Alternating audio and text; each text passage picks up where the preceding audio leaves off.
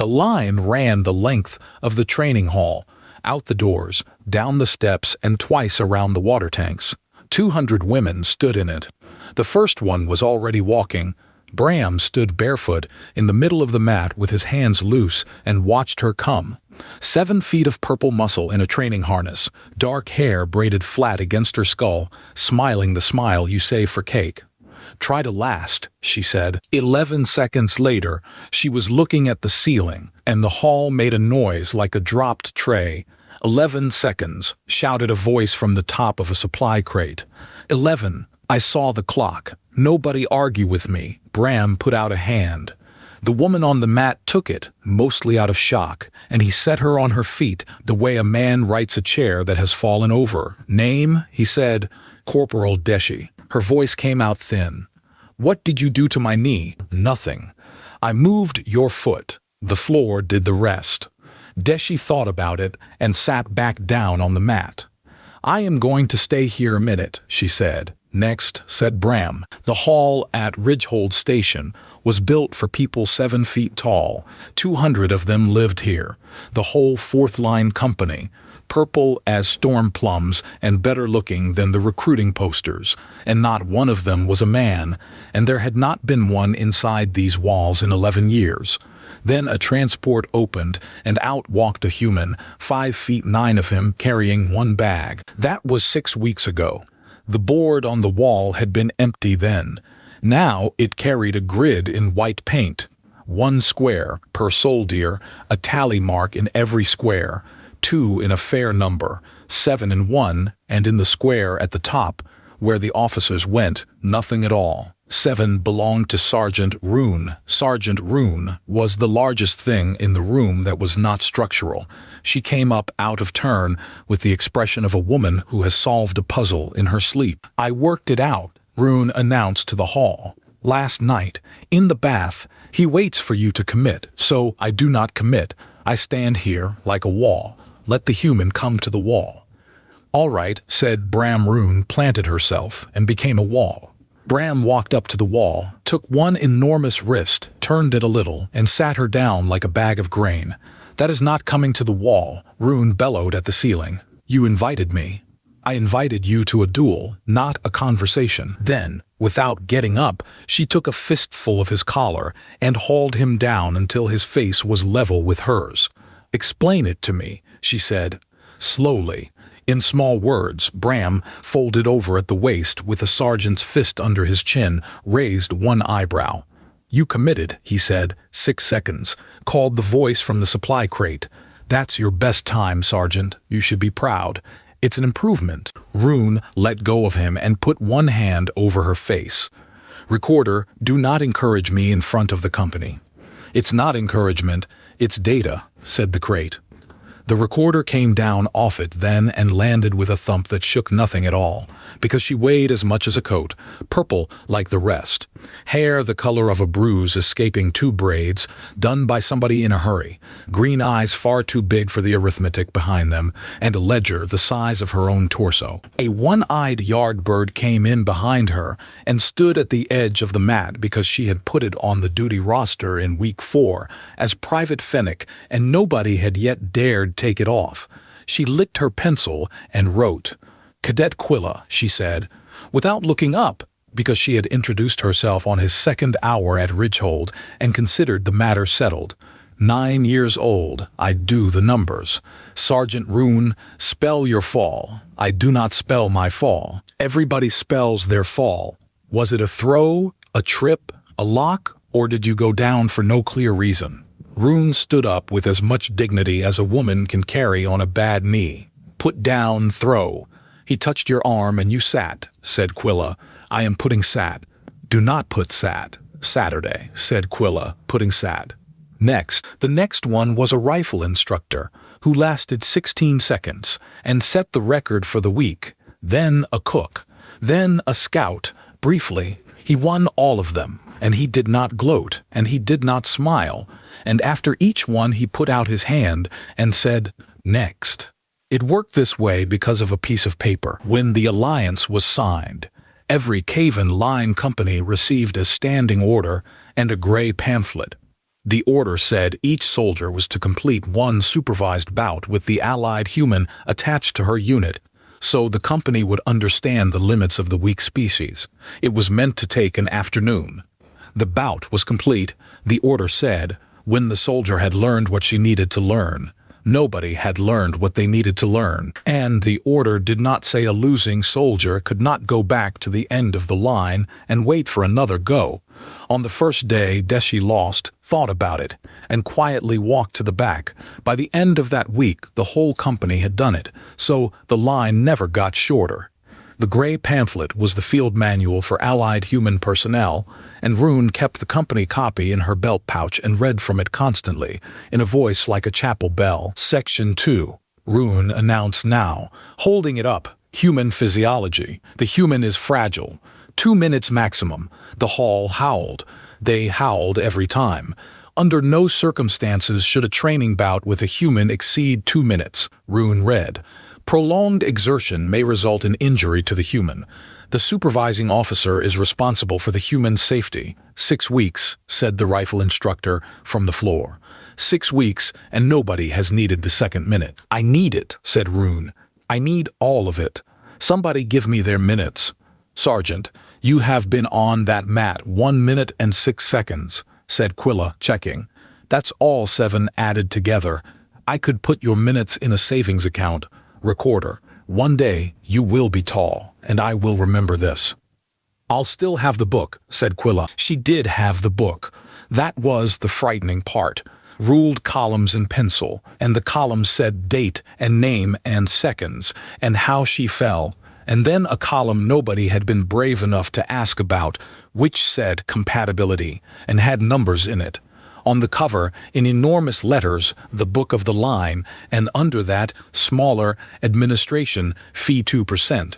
Because Quilla did not only record the bouts, Quilla audited the betting. The betting had started in week 2, with a few honest coins, and by week 6, it had its own weather.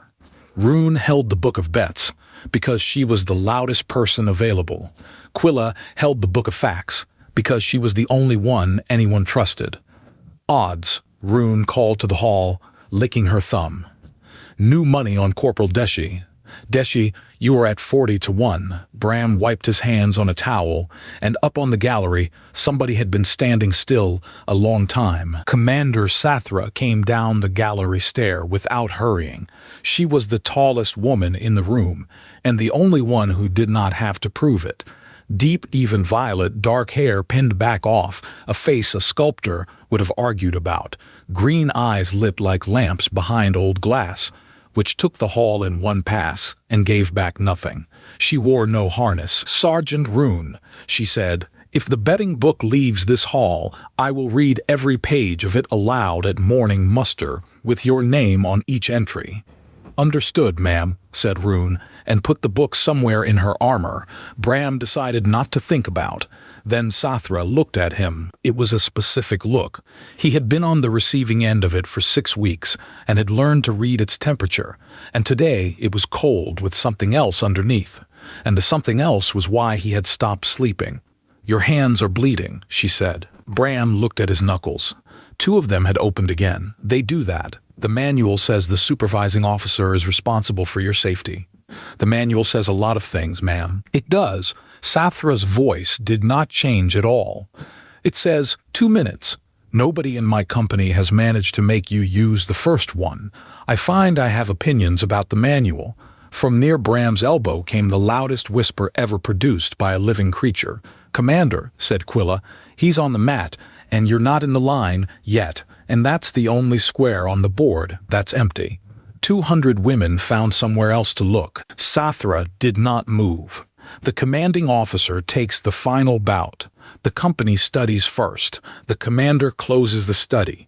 And the morning you close it, the order is used up, said Sergeant Rune to her own boots. There is no other paper in this fleet that puts a human in a cave-in-line company, ma'am. Study closes. Paper stops. They come and get him. They come on the transport, said Quilla, helpfully. It's the 23rd. That's 23rd. That's 22 days. And then there is no more Bram. And I would like that noted in the book. You could close it today. I brought a pencil. You always have a pencil. That's how you get to be the recorder, said Quilla. Sathra looked at the empty square at the top of the board a little longer than she needed to. Then she walked out and the hall breathed, and the line shuffled forward one place, and was somehow still 200 long. She's stalling, Rune said, once the doors had swung. I have never seen that woman put off anything in her life. Well, said Quilla, at volume, to the entire hall. My grandmother said, a Cavan woman never marries a man she can throw. So, the hall went absolutely, catastrophically silent. Quilla looked up into 200 faces with the calm of a person who has said something obvious. What? It's the old saying. Everybody knows it. She pointed her pencil at Bram. Nobody can throw him. I did the numbers. That's why I made the column. Recorder, said Sergeant Rune carefully. What column? Compatibility, said Quilla. Something happened to 200 women at once, and it was not laughter, and it was not silence either, and it made the windows feel smaller. Sergeant Rune recovered first. All at once and loudly, she crossed the mat in 3 strides, put one hand flat on Bram's chest, walked him backward into the stone wall and held him there, boots on the floor and shoulder blades on the stone, with no visible effort at all. You, she said, very quietly, for a woman built the way she was. You little wrecking bar. Do you know what you have done to this company? Bram stood calm under a hand the size of a shovel and tilted his head half an inch. Improved morale, he said. Rune stared at him. Then she took the hand away, smoothed his collar like a mother, fixing a child's coat, turned to the hall and roared, 2 silver on myself tomorrow, first bout, and if any woman here takes that bet, she is no sister of mine. 9 of them took it. 10, said Quilla, writing. I am taking it too. With my own money. Sergeant, no offense, but I've seen the data. A company of 200 women does not know what to do with a man, and Ridgehold spent 6 weeks finding that out, one small disaster at a time. Nothing fit him. The bunks were 9 feet long, so he slept crossways. The shower schedule went through 3 versions, and the third had a column for him that said, whenever. Honestly, we are all adults, until Sergeant Rune took it down and burned it. By the middle of the 7th week, the tin strip under the grid said 211 bouts, and the line outside the hall was, as ever, 200 long. There was a market on whether he would ever smile on the mat at 60 to 1 and drifting. And there was the kitchen market, which held that he was a machine and which survived one serious challenge on the day Rune shut a door on his finger. Ow, said Bram. The corridor stopped dead. He said it, said Rune. He made a noise, said Cook Pell, arriving at speed with a pot under one arm, because she had 4 silver on the machine. A noise is not a word. It had letters in it. It had 2 letters in it, said Pell. Recorder, does 2 letters count? Quilla climbed onto the bench with the ledger, and 40 women went quiet for the ruling, and Bram stood among them holding his finger entirely forgotten. Was it loud? No, said the corridor. Did his face do anything? No, said the corridor, sadly. Then it's inconclusive. Nobody pays, the money stays in. Quilla wrote it down. 2%. There wasn't even a pot, said Rune. There is now. And Bram, whose finger was going a color that would have helped him blend in, said the only other thing he said that afternoon. Sergeant, could I have the door? She took 2% of every pot, and when Deshi complained about the fee, Quilla explained the fee. If I don't take a fee, I am not a business, I am a hobby. My mother said never work for free, because then they don't have to respect you. They only have to like you. She tapped the page. 40 in the pot. 2%, that's 4. There was a pause with arithmetic in it. Recorder, said Deshi carefully. 2% of 40 is not 4. 2% is 2 out of every 10, and there are 4 tens. Quilla wrote 4 and underlined it, which settled the question forever. 4. Deshi opened her mouth. Rune put a hand on her shoulder. Don't. She keeps the book. Whatever is in the book is true, and I intend to stay in the book. It's 4, said the supply line. Everybody went quiet then, because everybody did when Quilla mentioned her mother, whose name was on the memorial wall in the yard. 200 ants, 1 child, and a set of braids that never came out even. Anyway, said Quilla briskly, because she never let a quiet sit, Sergeant Roon is a 2. A 2? You only look at him when he can see you doing it, Sergeant. That's not a 2 of anything, that's a staring contest. The high numbers are the ones who look when his back is turned.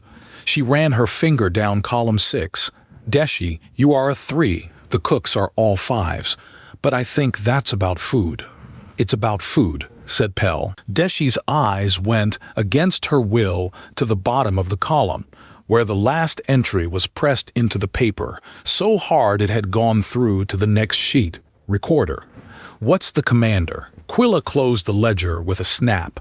That's private data, she said, and walked off with her chin up and her boots ringing on the stone, and the whole supply line stood there and did arithmetic. The recorder had already tried once, and her first plan had words in it.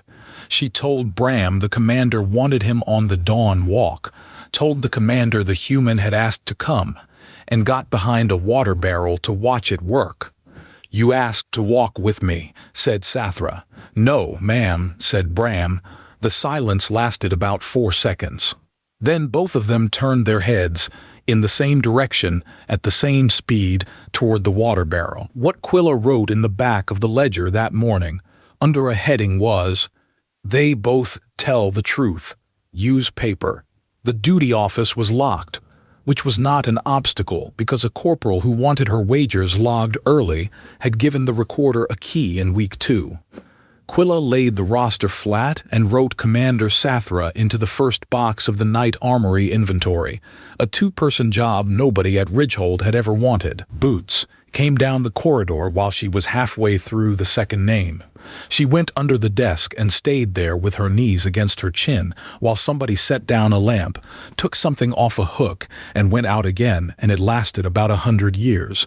Then she climbed back up, finished Human Auxiliary Bram, and said out loud to the empty office, because it is important to have your defense ready before anybody asks. Recorders write rosters. It's basically the same job. She hung it outside the mess before first light and slept extremely well.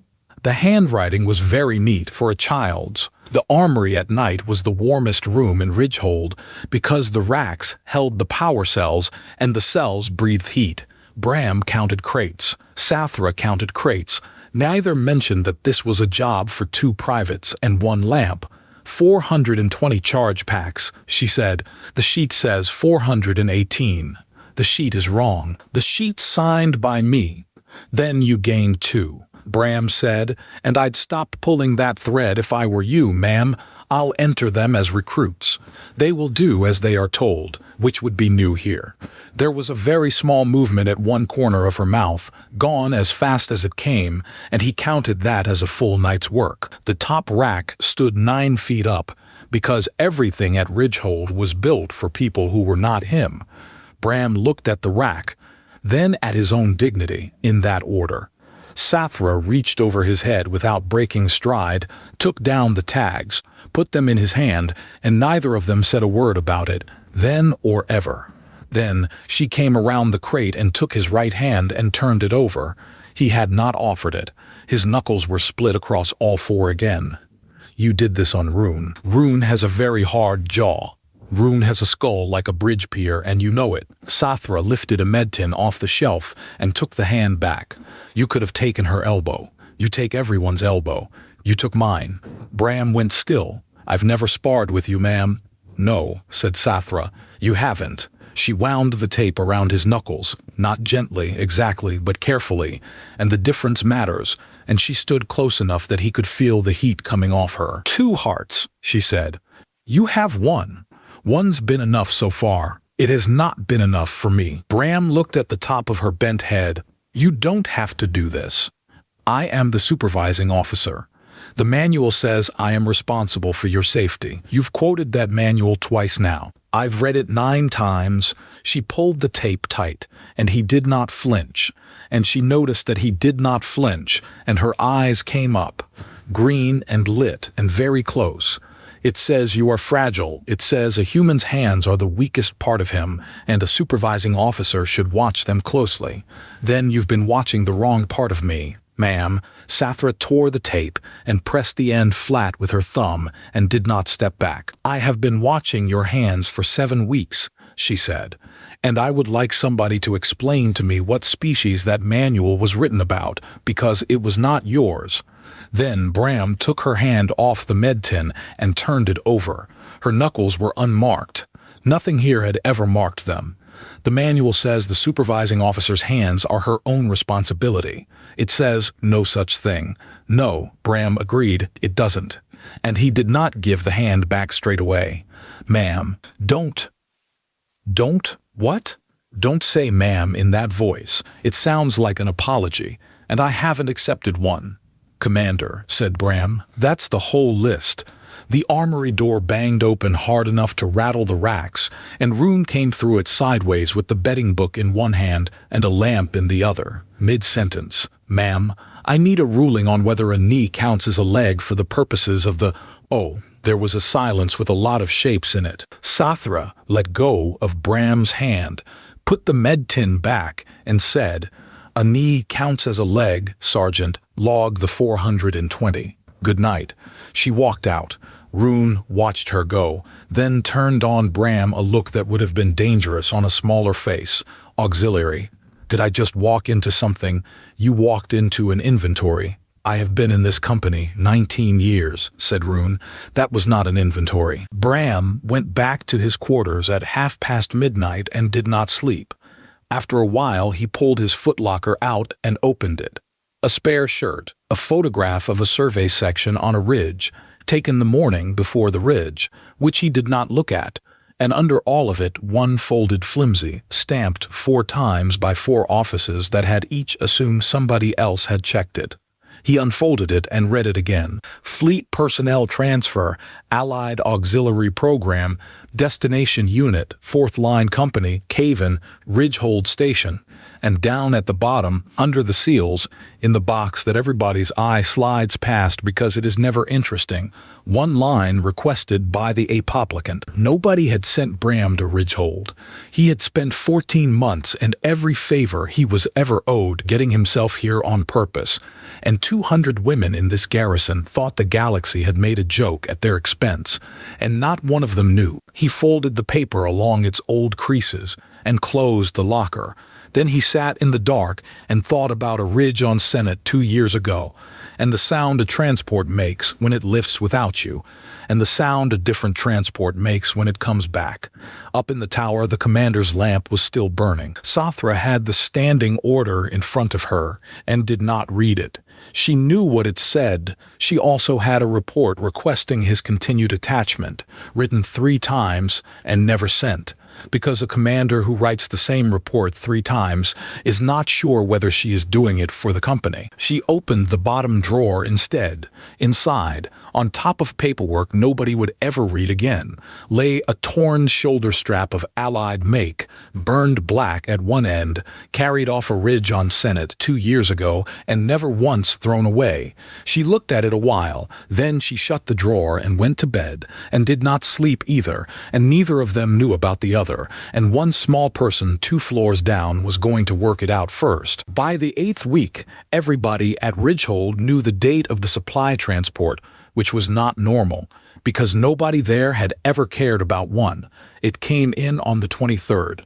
Sergeant Rune stood in front of the white grid one morning with her arms folded. Every woman in this company has been on that mat, ma'am, and 41 of the bouts on that strip are second helpings, 6 of them mine, and the only clean square on that wall has your name under it. The commander closes the study. Then, close it. Sathra looked at the empty square for a while. Sergeant, you have a book of bets in your armor. What are the odds on me? Rune's mouth opened and shut. 80 to 1, ma'am, against me. Not against you. Rune studied the ceiling. There is 1 bet in that book with your name in it, ma'am. It's mine. 2 silver at 80 to 1, and it is not a bet about the mat, and I wrote it in the dark, so my hand couldn't argue with me. and she left, fast, the way you leave a room you have accidentally set on fire. Quilla found Bram that afternoon in the inner yard, at the memorial wall where the fourth kept its dead in flat gray stone, the names cut deep and filled with white.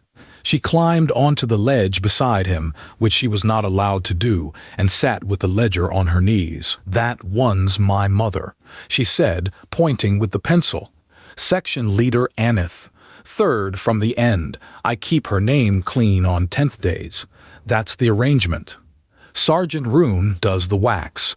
I am not allowed to do the wax because of the incident." Quilla swung her boots. "Anyway, I worked out why the commander won't get on the mat, and everybody in this garrison is wrong about it." "All right. Everybody thinks she's scared of losing.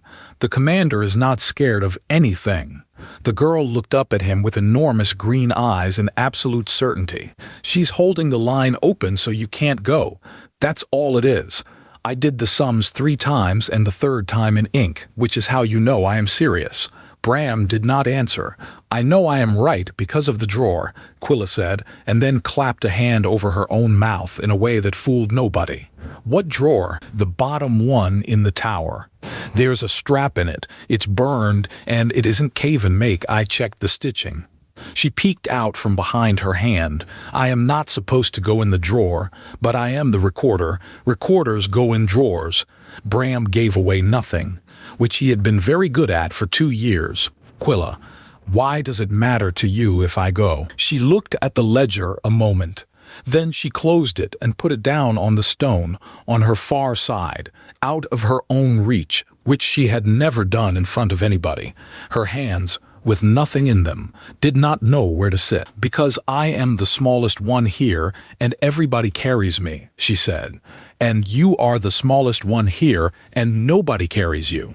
So I decided we're the same, and I wrote it down, and once a thing is written down, it's a fact." She sniffed once and did not turn a page, because there was no page. "Also, you answer my questions with numbers. Everybody else answers them with 'when you are older.' When you are older isn't an answer, it's a delay." He sat on a ledge beside a 9-year-old and said nothing for a while, and she let him, which was the most grown-up thing anybody did at Ridgehold that week. Then the bell went for the evening count, and Quilla looked down off the ledge, which had been built for people 7 feet tall. Bram stood, put his hands under her arms, and set her on the flagstones the way a man rights a chair that has fallen over. Her ears went dark purple. "That's not in the book," she said. "No." "Good." She collected the ledger off the stone, put it back under her arm, where it lived, got 4 steps across the yard, and turned. "Don't tell Sergeant Rune I was up there. She'll make me spell my fall." That night he could not sleep, and went down to the hall. The lamps were off, the mat was a gray square in the dark, and Commander Sathra stood in the middle of it with her boots off. "You walk very quietly for a fragile species," she said, without turning. "You waited up for me. I came down to look at a floor. Don't flatter yourself, auxiliary." She had taken off her coat, and the glow from the yard laid a stripe of light across her shoulder, and Bram made himself look at the mat instead. "You want the bout," he said. "I want an answer. There's a difference, and if you understood it, you would be less trouble." Sathra turned around.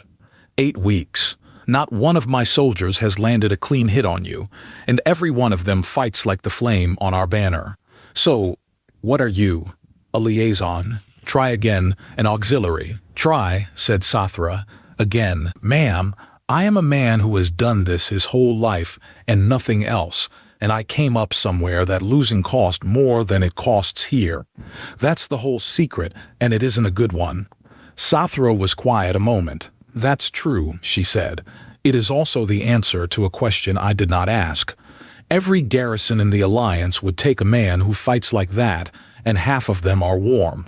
Why this company?" Bram looked at the mat long enough that whatever the answer was had time to be picked up, considered, and put back where she could not reach it. "Ask me on the 22nd, ma'am." "That is not an answer, auxiliary." "No," he said. "It isn't." And it cost him something to say it, and she watched it cost him, and that was worse than a lie would have been. Then she came at him. It was not a fight, exactly. She came in fast and enormous and beautifully trained, and he was not where she arrived, twice, and the second time she laughed out loud, a sound that stopped him harder than a punch would have. Then she quit chasing him, got a knee behind his, and took him down with her, and they hit the mat together with a slap that went up into the high ceiling and came back. For 1 whole second she had him, flat on his back with a commander's forearm across his chest, and no leverage left anywhere in the world. Then his hand found her wrist and turned it a quarter turn, and the arm she was holding herself up on was suddenly not underneath her, and her own weight took her over sideways, because weight has to go somewhere. When the mat stopped moving, Commander Sathra was flat on her back in the middle of it, with her hair out of its pins, and Bram was over her, on one knee with her wrist folded down against the mat beside her head, and neither of them was breathing quite right. "That's the trick, ma'am," he said. "Your weight goes wherever I put your hand. That's all of it." He did not let go of the wrist. He held it a count past the end of the fight, and then a second count, near enough to feel her breathing. Then he opened his hand and sat back on his heel, slower than the move needed, and both of them knew it. She did not get up. She reached with the hand he had just released, took a fistful of his collar in it, and used him to pull herself up to sitting, which is a different thing from hauling a man down and says a great deal about a person. Sitting, she did not let go. Their faces were level, a hand's width apart, and she was breathing hard. "You let me get that far," she said. Bram, held by the collar, calm as a man waiting for a bus, raised one eyebrow. "You noticed. I notice everything." "Then you noticed I wasn't fighting you, ma'am. You put me on my back, with no clock and no recorder," said Bram. "It doesn't go in the book." He paused. "The day it goes in the book, your line ends." Sathra stopped breathing. Her fist did not open. If anything, it closed, and she brought him in another inch, so that there was almost nothing left between them, and the dark hall waited. "T8 and 8. Said a voice from the gallery, at a volume that could have been used to direct shipping. 2 adults came apart like a dropped plate. "Compatibility, 8. Maybe 9. I'll decide in the morning," Quilla shouted down, in what she believed to be a whisper, hanging over the rail in a nightshirt with the ledger under one arm. "Don't mind me. I'm not here. Keep going." "Cadet," said Sathra, in a voice like a door closing. "It is 1 in the morning. I know. I am on duty. The recorder records it's the whole job." Quilla was already retreating along the gallery. "Good night, Commander." "Good night, Bram. You are welcome." Sathra stood in the middle of the mat, with her hair down and her hands empty, and did not look at the human at all. "The order says the commander closes the study," she said, to nobody. "It does not say when. Good night, auxiliary." Morning came, the line formed anyway, and it was still 200 long. 8 weeks, said Cook Pell, going past with a pot on her hip. "Not one of you has moved a step forward." "We have moved thousands of steps forward," said Deshi. "It's the same steps. The inspection ship came down 2 days early, which is how you know an inspection is not an inspection. It landed at dawn, and at the head of the officers who came out of it walked a woman half the company knew on sight from a recruiting poster. Inspector Varro was built like a door frame and walked like a parade. Scalp shaved to gray stubble, nose broken once, and set by somebody in a hurry.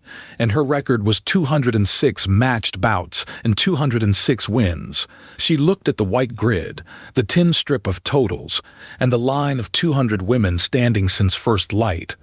Then she looked at Bram, a long time, the way a customs officer looks at a crate. "Commander Sathra, Line Command has reviewed 2 months of your training returns. Your company has logged 241 supervised bouts under an order that budgeted for 200. Your soldiers are queuing. There is a book of wagers. There is a child with a ledger. Cadet Quilla is the company recorder, inspector. There is no such post." "There is now," said Sathra. Varro crossed the hall to the crate, and the child on it did not get down because it was her crate. "Cadet, state your name." "Quilla." "Inspector, state your mother's name." Quilla's chin came up. Section leader Aneth, Inspector. She is on the wall in the yard, third from the end. Varro wrote it in a small book of her own and did not say why, and nobody asked, and it was 3 weeks before anybody found out. Then she held up a flimsy with 4 seals on it. The order was written so that Cavan soldiers would learn the limits of the human species, she said. Your company has learned nothing. Your company has fallen in love with an exhibit. The attachment of the human auxiliary is terminated as of the 23rd. And the 4th Line Company is broken up and distributed among 4 garrisons on the rim. I regret it. I do not withdraw it. The hall made no sound at all. Sathra's voice, when it came, was perfectly level. Inspector, the standing order states that every soldier of this company completes 1 bout with the human, and that the study closes when the commander does. There is 1 name in this building that is not on that board, and it is yours. Varro turned her head slowly. I am not in your line, Commander.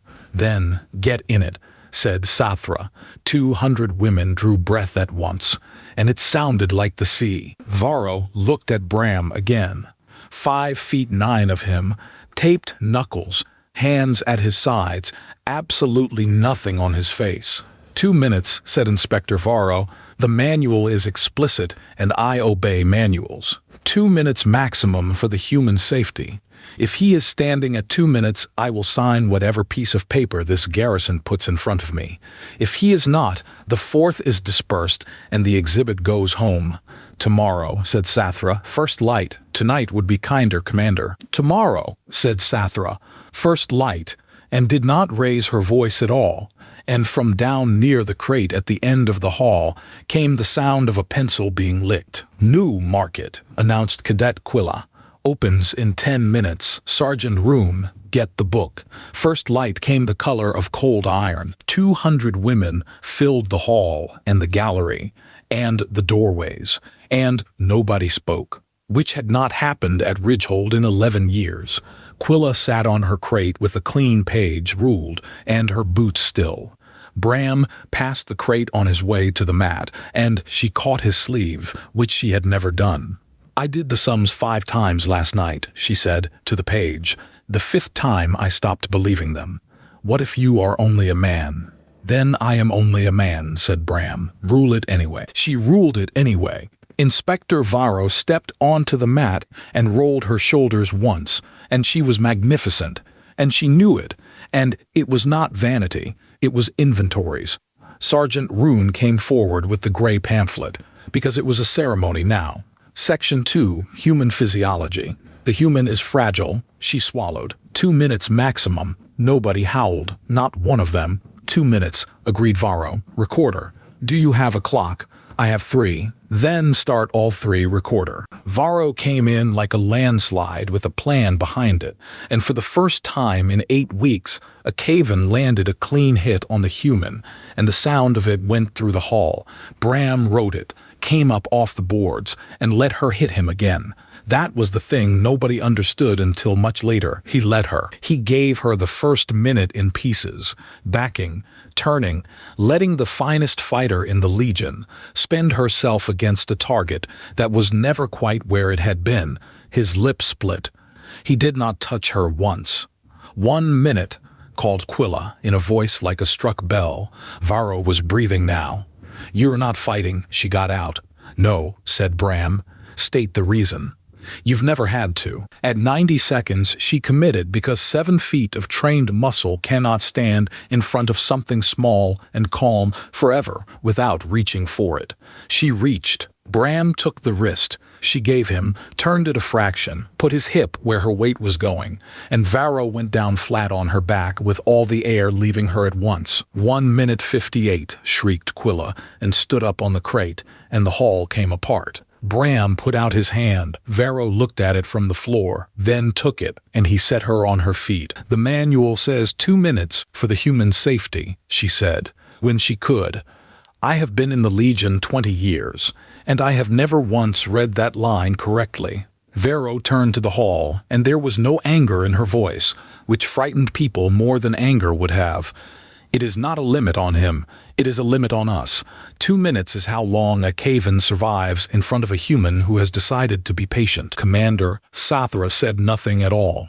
She was at the edge of the mat, looking at the split lip and the taped hand, doing a sum she had refused to do for 8 weeks. Then Varro took out a second flimsy, with 4 seals on it, and this one was not the dispersal order. Then somebody explained this to me, because I pulled it from the transfer archive on the way here, and it is the reason I came in person.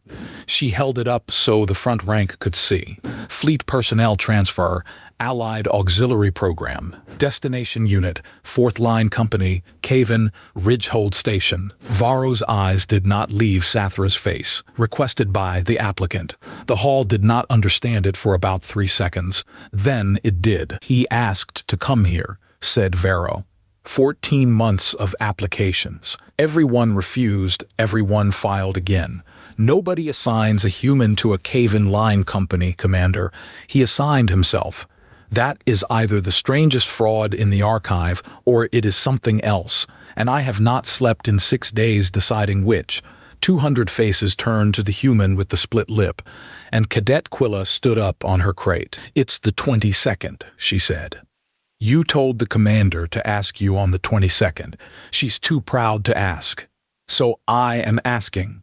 Bram wiped his mouth on the back of his wrist and told it plainly, in order no larger than it was. 2 years ago I was on the ridge at Sennet with a survey escort, he said. The line broke at dusk. My section's transport lifted without me, which was correct understanding orders, and I have never held it against them. He paused. I was on the ridge 6 hours, then a cave-in line company came back over it. Nobody ordered them to. They were clear. They had their own wounded, and they came back over open ground in the dark for one man who was not theirs. Somewhere in the second rank, a woman said, "Sennet," out loud. Somebody carried me down, Bram said. 3 kilometers. I never saw her face. I heard her voice the whole way, giving orders to her section. And she said one thing to me, which was, "You are not heavy. Stop apologizing." Commander Sathra put a hand back and found the wall. She had said that. On a slope in the dark, to a weight on her shoulder, whose face she never saw. That was, she said, and stopped, because the rest would not come out in an order she could stand. 200 women watched their commander fail to find the end of a sentence. Then she sat down on the edge of the mat, in front of her whole company. Nobody breathed. It took 14 months to find out which company it was, Bram said, to the floor, because that was easier than saying it to her. The archive doesn't write the name of a man you carry off a ridge. It writes how many. Where the name should have been, there was a number, and the number was 1. He shrugged one shoulder. So I went looking for the 1. Every unit that was on Sennet, 14 months, 1 line at a time. I owed a debt to 200 people who never sent me a bill, and I came to work it off. And then the recorder made me family without asking, and then I stopped wanting to leave, and that part I did not plan. "Ma'am," said Sergeant Roon slowly, and she was not looking at Bram. "Sennet, that was your section." "I never knew who it was," said Sathra. "There was blood and a helmet and a strap in my hand, and I gave him to a medical station at the bottom of the ridge. I have had that strap in a drawer for 2 years, like an idiot who keeps a thing because throwing it away would mean it was over." She got up off the edge of the mat and walked out onto it and stopped in front of Bram with her hands open at her sides. Recorder. Read me the board. Quilla scrubbed her face with her sleeve and found the page. 200 squares. Every square full except 1, ma'am. Yours. And what does the standing order say? That the commander closes the study. "Then log it," said Commander Sathra. "Commander Sathra, 4th Line Company. Result." She took a fistful of Bram's collar in one hand, exactly as she had in the dark 2 nights before, and used it to bring him up onto his toes, and this time she was smiling with her whole face, and there was nothing military left in it. Thrown completely. "From the first week, ma'am," said Bram, "you have not put a hand on the mat." "Auxiliary," said Sathra, "shut up," and kissed him. The 4th Line Company took the roof off. He smiled, said Cook Pell into her pot, in the voice of a woman watching a building come down. On the mat, 60-1, and she had to sit on the floor.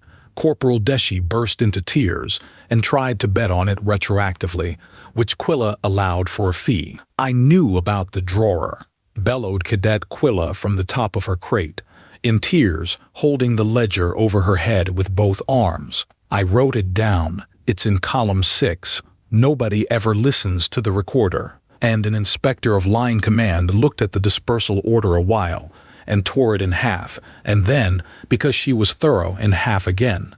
Then she took out one more flimsy, worn soft along the folds. "Request for continued attachment of Allied auxiliary personnel. 4th draft, Commander. It reached line command 11 days ago, and the first 3 are not in the archive." Varro turned it around. "It is the only report I have ever received that was signed twice." "Once," said Sathra. "Twice, Commander. You signed it, and then signed it again underneath, harder." Varro folded it away. "My report will state that the 4th Line Company completed its study of the human species and reached the conclusion. The adoption took longer to arrange than the wedding, because the wedding only had 2 parties to it. Varro did the paperwork, since a woman who has spent 9 years reading regulations for weaknesses can find one in 4 minutes. She sat at the mess table with a folder and a pen. Quilla sat opposite with the ledger and a face. "Cadet, this is a petition of guardianship. What are the terms?" "There are no terms. They become your parents." "There are always terms," said Quilla. 1. My mother's name stays on that wall and nobody takes it off, and I keep it clean on 10th days, and that isn't a favor. That's the arrangement." "Agreed," said Sathra, from the other side of the table. 2. I stay the recorder. The book is mine and I still take my fee. 2%, said Bram. 4, said Quilla. Nobody argued. 3. She stopped and looked at the form a while, and for once she took her time, and the mess hall was very quiet. No take-backs. It has to say it.